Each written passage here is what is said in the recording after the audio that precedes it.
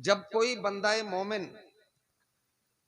वुजू करता है और मुकम्मल वुजू करता है, यानी हर उज़्व धोते वक्त पढ़ता है बिस्मिल्लाहिर्रहमानिर्रहीम, और जब उसका वुजू मुकम्मल हो जाता है तो फिर वो अपनी शहादत की उंगली उठाता है और काबे की तरफ को रुख करता है और पढ़ता है अशहदु अल्ला इलाहा इल्लल्लाहु वहदहु ला शरीक लह व अशहदु अन्ना मुहम्मदन अब्दुहु व रसूलुहु।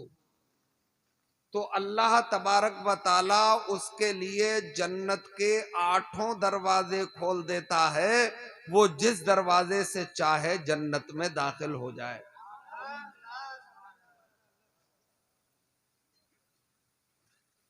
और फरमाया मुस्तफा जाने रहमत ने, वो हौलनाकियों वाला दिन, वो हश्र का मैदान, वो कयामत का दिन जिसको कहते हैं कयामत, हश्र जिसका नाम है, दर हकीकत तेरे दीवानों का जश्न आम है। बेशक बेशक। और आला हजरत ने तो इसे इस अंदाज में इरशाद फरमाया, फकत इतना सबब है इनकादे बज़्म महशर का,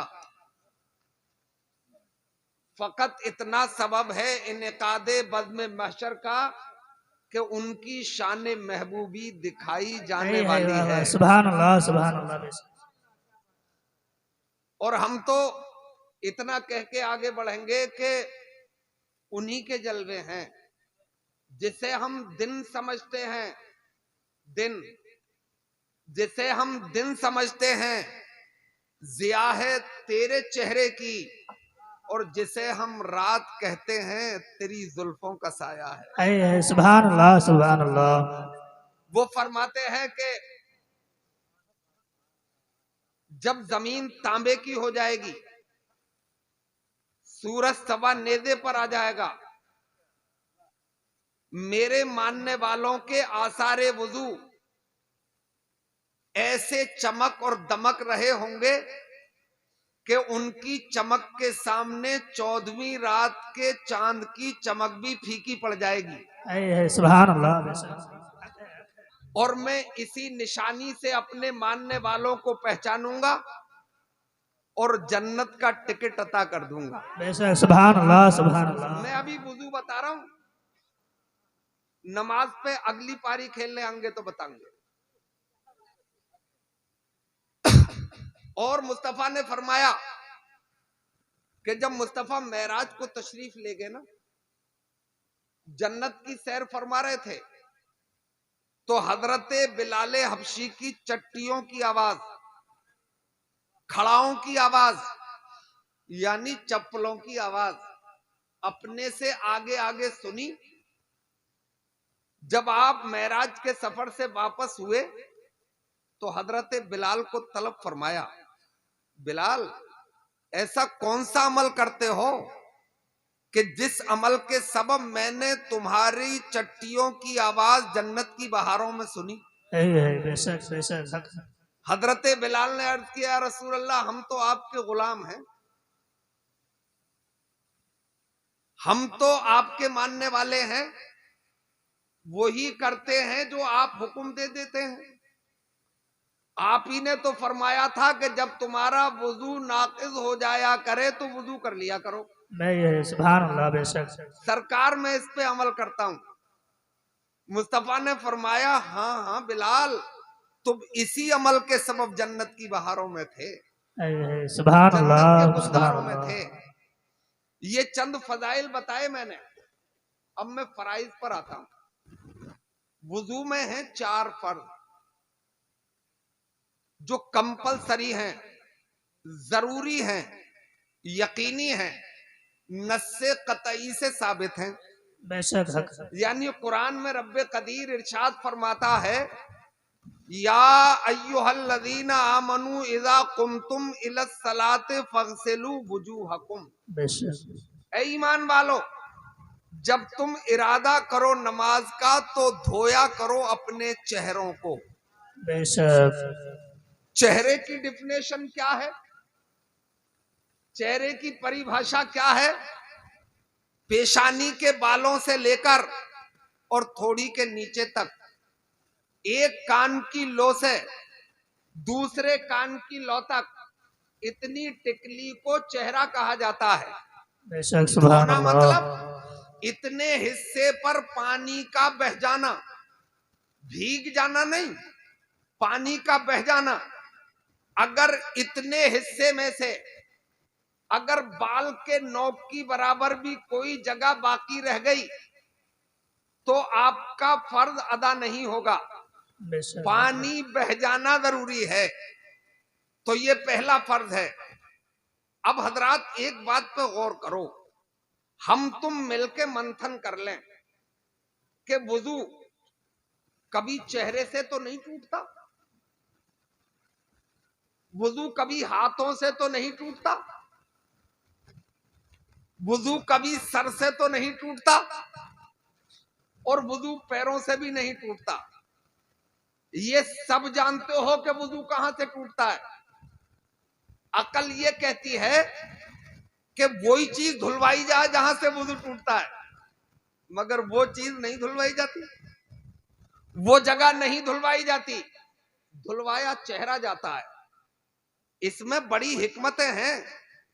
फेलुल हकीम ला यखलू अनिल हिकमा, हकीम का फेल हिकमत से खाली नहीं होता। बेशक बेशक हजरात चेहरा धुलवाया और चेहरा धुल गया और उसे फर्ज करार दिया। अब इसमें हिकमत क्या है? अभी 10-12 साल पहले की बात है कि पूरी दुनिया के पागल खानों पर सर्च की गई, तहकीक की गई, तो पता ये चला कि पूरी दुनिया के पागल खानों में मुसलमान सिर्फ 2% पागल पाए गए और 98% दीगर अकवाम के लोग पागल पाए गए। है वाह वाह क्या बात है। रेशियो बहुत कम है, तादाद बहुत कम है। हम 2%, बाकी मजाहिब के लोग 98%। अब तशवीश हुई पूरी दुनिया को, अगर यही रेशियो चलता रहा तो एक जमाना वो आएगा कि पूरी दुनिया पागल हो जाएगी और मुसलमान इस मोहलिक बीमारी से महफूज रहेगा, बगैर किसी लाठी के, बगैर किसी डंडे के, बगैर किसी अणु और परमाणु के, बगैर किसी लड़ाकू विमान के पूरी दुनिया का हुक्मरान बन जाएगा। इस पे तहकीक करो। मगरबी जर्मनी में दुनिया के टैलेंटेड लोग, दुनिया के हायर एजुकेटेड लोग, वेल एजुकेटेड लोग, उसमें ईसाई भी बैठे, उसमें यहूदी भी बैठे, उसमें बौद्धिस्ट भी बैठे, उसमें मजूसी भी बैठे और उसमें सनातनी भी बैठे। 1 महीने बहसो मुबाहिसा रहा कि आया मुसलमान इतना कम पागल क्यों होता है। 1 महीने के बाद जो रिजल्ट आया, जो नतीजा आया, आप उछल जाएंगे, आपका दिल बाग बाग हो जाएगा, आपकी मुरझाई हुई कलियां खिल उठेंगी। नतीजा ये आया कि मुसलमान इसलिए कम पागल होता है कि वो अपने पैगंबर के बताए हुए तरीके पर दिन में 5 बार चेहरे को धो लेता है। जो अपना चेहरा धोगा फर्ज भी अदा हो जाएगा और मोहलिक बीमारी से हिफाजत भी हो जाएगी। सुभान अल्लाह सुभान अल्लाह। नारे तकबीर, नारे रिसालत, मज़हब इस्लाम, इस्लाम हमारा, ईमान हमारा। नारे तकबीर, नारे रिसालत। मुफ्ती शकील बुलंदशहरी साहब किबला। अच्छा, ज्यादा ही गुस्से में लग रहे हो आप लोग। पैसे लेके भीड़ के साथ मत आना, चुपके से आ जाओ, रख जाओ, दिल करे तो, और न हो तो बैठे रहो। असल में मुझे ज्यादा पैसों की जरूरत, अलबत्ता मेरी बेगम को पैसों की बहुत जरूरत। है ना। अल्लाह अपना हाल तो ये है कि फकीरी में सुकूने दिल बहुत है, है, क्या बात है। फकीरी में सुकूने दिल बहुत है, और यही दौलत मुझे हासिल बहुत है। सुभान अल्लाह। और देखो, तुम्हारे आंसुओं से पूर्ण होगी, तुम्हारे आंसुओं से पूर्ण होगी, मेरे जख्मों की गहराई बहुत है। बस तुम समझ के चले जाओ और अमल शुरू कर दो, यही मेरे लिए सब कुछ है। तो हजरात, मैंने आपको पहला फर्ज बताया, और उसमें जो मुझे हिकमत मालूम हो गई वो भी मैंने आपको बता दी। दूसरा फर्ज है हाथों का कोनियों समेत धोना। मेरे इस्लामी भाइयों, आप कैसे धोते हो मुझे मालूम नहीं है, मैं कैसे धोता हूं वो बताता हूं। मैं भीगे हुए हाथ से एक दूसरे हाथ को रगड़ लेता हूं और कोहनियों की सिलवट का मखसूस ख्याल रखता हूं, ताकि वहां पानी आसानी से बह सके। जब उसे चिपड़ लिया जाता है, जब वो गीली हो जाती हैं कोहनियां, तो पानी आसानी से बह जाता है। और धुलने का मतलब क्या है? चिपड़ लेना नहीं है ना, भिगो लेना नहीं है, बल्कि पानी बहाना है। मगर मेरे इस्लामी भाइयों, हाथ धुल गए तो फर्ज अदा हो जाएगा, मगर अपने बुजुर्गाने दीन और अपने बुजुर्गाने दीन ही क्या, मुस्तफा जाने रहमत का तरीका जो था वो मैं आपको बताता हूं। और नस्लन वादा नस्लन जो हमारे बुजुर्गों का तरीका रहा है वो भी मैं आपको बताना चाहता हूं। मेरे भाइयों, पहला वो दौर था कि उस जमाने में टंकियां तो नहीं थी भाई, प्लास्टिक के लोटे तो नहीं थे, टीन के लोटे तो नहीं थे, सिल्वर वाले भी नहीं थे। तालाब हुआ करते थे या फिर मिट्टी के बदने हुआ करते थे, उनसे वुजू हुआ करता था।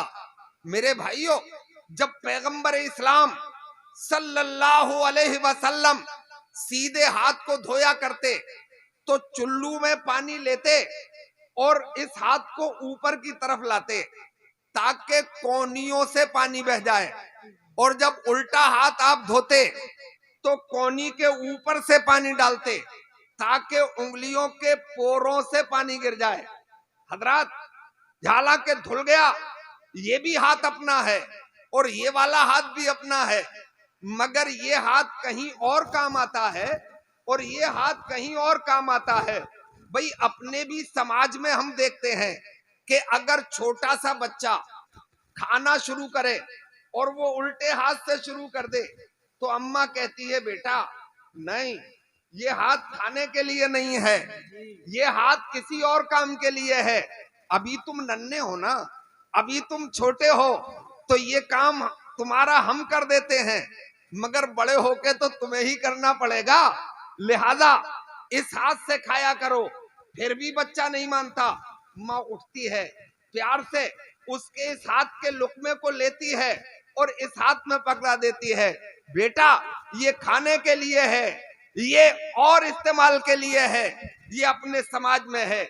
मेरे इस्लामी भाइयों, अब ये तरीका ए कार हमारा, हमने तो सरकार को देखा, सरकार के मानने वालों को देखा, उस पे अमल जारी कर दिया। हमारी ये आस्था, हमारी ये अकीदत है, मगर मेरे दीनी भाइयों, ये बात किसी साइंसदान के हत्थे लग गई, किसी अंग्रेज के हत्थे लग गई कि आया पैगंबर इस्लाम ने दोनों हाथ ऐसे क्यों नहीं धोए, या दोनों हाथ ऐसे क्यों नहीं धोए, इस हाथ को ऐसे धोया और इस हाथ को ऊपर से नीचे के लिए धोया। कोई राज होगा, और राज भी बड़ा गहरा होगा, क्योंकि उन जैसा फलासफर, उन जैसा दानिश्वर, उन जैसा टैलेंटेड दुनिया में कोई आया ही नहीं है। मेरे इस्लामी भाइयों, अब उसने इस पे तहकीक की, अपनी लेबोरेटरी में, अपनी प्रयोगशाला में, अपनी तजर्बेगाह में उस पे तहकीक की, और जब तहकीक की तो उसका मुंह फटे का फटा रह गया, आंखें खुली की खुली रह गईं। वो साइंसदान हैरत में पड़ गया, उसे पता ये चला कि सीधे हाथ की उंगलियों के पोरों से मुस्बत शुआएं निकलती हैं, पॉजिटिव रेजेस निकलती हैं, यानी फायदा पहुंचाने वाली शुआएं इस उंगली के सीधे हाथ की उंगलियों के पोरों से यानी किनारों से निकलती हैं, और जब वो मुंह के करीब आती हैं या नाक के करीब आती हैं, और जब बंदा मोमिन सांस लेता है तो उस सांस के जरिए वो किरणें, वो शुआएं जब आदमी के जिस्म के अंदर जाती हैं तो फिर सुर्ख जरासीम ताकतवर होते हैं, बाहर से आने वाली बीमारियों से लड़ने की ताकत पैदा होती है, कुव्वते मदाफत पैदा होती है। अल्लाह हजरत गिरामी समझो मेरी बात को हजरत, और फितरत है बिजली की, चाहे वो बरके आसमानी हो या बरके मसनूई हो, जिससे आपका लाउड स्पीकर चल रहा है, जिससे आपके घर के उपकरण चलते हैं, जिससे बड़े बड़े उपकरण चलते हैं, इसकी फितरत है कि जब ये पानी से टच होती है तो इसकी ताकत में इजाफा होता है, इसकी कुव्वत में इजाफा होता है। हमने अपने बचपने में देखा था, वोल्टेज कमाया करते थे तो घर वाले कहते थे कि अर्थ दे दो, एक तार जमीन में गाड़ा जाता था और उसमें एक बाल्टी पानी डाल दिया जाता था। अब आ रहे 50 हो गए 100, आ रहे 100 हो गए 150। इसका मतलब जब बिजली पानी से टच होगी तो उसकी ताकत में इजाफा होगा, चाहे वो किसी भी तरीके की किरणें हो, उनमें कुव्वत पैदा होती है। पैगंबर इस्लाम की नजर का कमाल तो देखो कि मुस्तफा जाने रहमत ने इस उंगली के बारे में भी देख लिया और इन उंगलियों के बारे में भी देख लिया। इस उल्टे हाथ की उंगलियों के पोरों से नेगेटिव रेज निकलती हैं, मनफी शुआएं निकलती हैं, नुकसान पहुंचाने वाली शुआएं निकलती हैं। पानी ऊपर से डाला ताकि वो नुकसान पहुंचाने वाली शुआएं पानी के साथ जमीन में पेवस्त हो जाएं, और इसमें ये हाथ ऊपर लाया गया ताकि ये नाक के करीब आए, मुंह के करीब आए, और मेरा मानने वाला वुजू कर रहा है और पोरे जब उसके नाक के करीब जाएं तो उसकी बीमारी से हिफाजत भी हो जाए और बीमारियों से लड़ने की ताकत भी पैदा हो जाए। वो अंग्रेज बोलता है, वारे मोहम्मद अरबी, तेरा मुकम्मल जवाब कहां से लाया जा सकता है? तेरी तो नजरों का जवाब नहीं है, तेरी तो नजर का जवाब नहीं है। आज से 1400 बरस पहले जब खुर्दबीन नहीं बनी थी, जब दूरबीन नहीं बनी थी, जब कोई ऐसा लेंस तैयार नहीं किया गया था जिससे बारीक चीजों को देखा जा सके, उस जमाने में तेरी नजर उंगलियों के पोरों से निकलने वाली नेगेटिव रेज भी देख रही थी और पॉजिटिव रेज भी देख रही थी। अब बरेली वाले याद आते हैं, जिस तरह उठ गई दम में दम आ गया, उस निगाहे इनायत पे लाखों सलाम। नारे तकबीर, नारे रिसालत, मज़हब इस्लाम, मसलके आला हजरत, जश्न रहमत आलम कॉन्फ्रेंस, मुफ्ती शकील साहब किबला, मुसलमानाने मिर्जागंज, नूरी कमेटी, नारे तकबीर, नारे रिसालत।